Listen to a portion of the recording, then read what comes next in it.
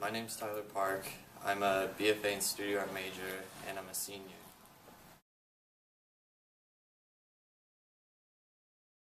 No, I don't paint. No, I don't draw.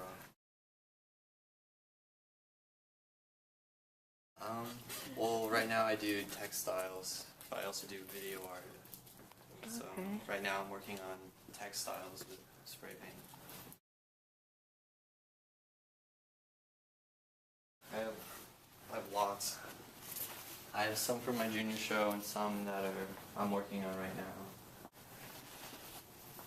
This is another one.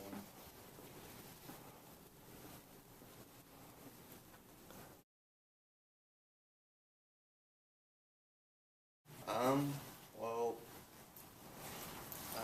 it just kind of happened randomly. I went to New York over the summer to do a silk screening class, and then we didn't really use paper, we used fabric. So by the end of the class, I was really into fabrics, and then as I was planning my junior show, I wanted to use a medium it's not traditional, and for me as like a male, it's very different because textiles in particular are usually a female dominated like art.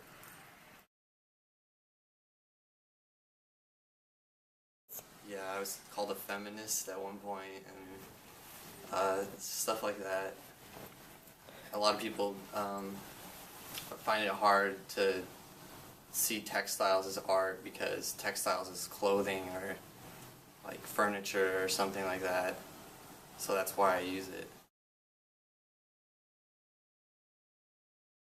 Well, the text comes from like conversations or just anything. I just make them up and I put them in my BlackBerry and save them for later. Usually, a lot of them stick out as like parts of a sentence or a conversation. So, like when you see it and you see it with the fabric, you can make your own like idea of how they relate, but they really don't relate. So that's like the big question is like how do the text relate to the fabric, and do they or do they not, and where do you pull, how do you think of the fabric from, and how do you think of the text?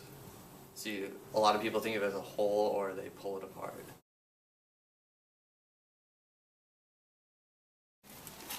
So I choose a stencil. I usually pick Helvetica because it's like the cleanest and I think the nicest font. And it doesn't really have any like connotations with it. No one really thinks about, if I use something else, someone would think about why I use that font, but Helvetica I think is like the most simplest. So I usually just figure out the text and I'll lay it down and I'll spray paint.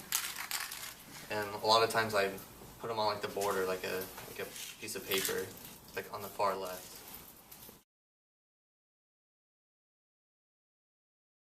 Well, when I was little, I would draw, I would paint, but like I never took any classes or anything. I was kind of bored with art. And then I think it was when I was like seven or 8.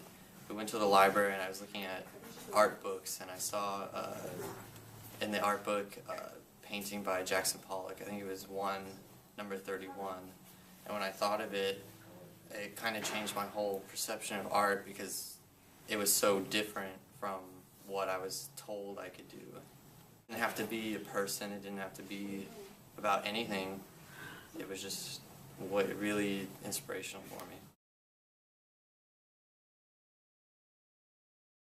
Well, I wanted to get a BFA, and I wanted to get it in a wide variety of art, not just like concentration. So a lot of schools make you focus on just photography, but Chapman makes you take like a liberal arts of arts. I like it.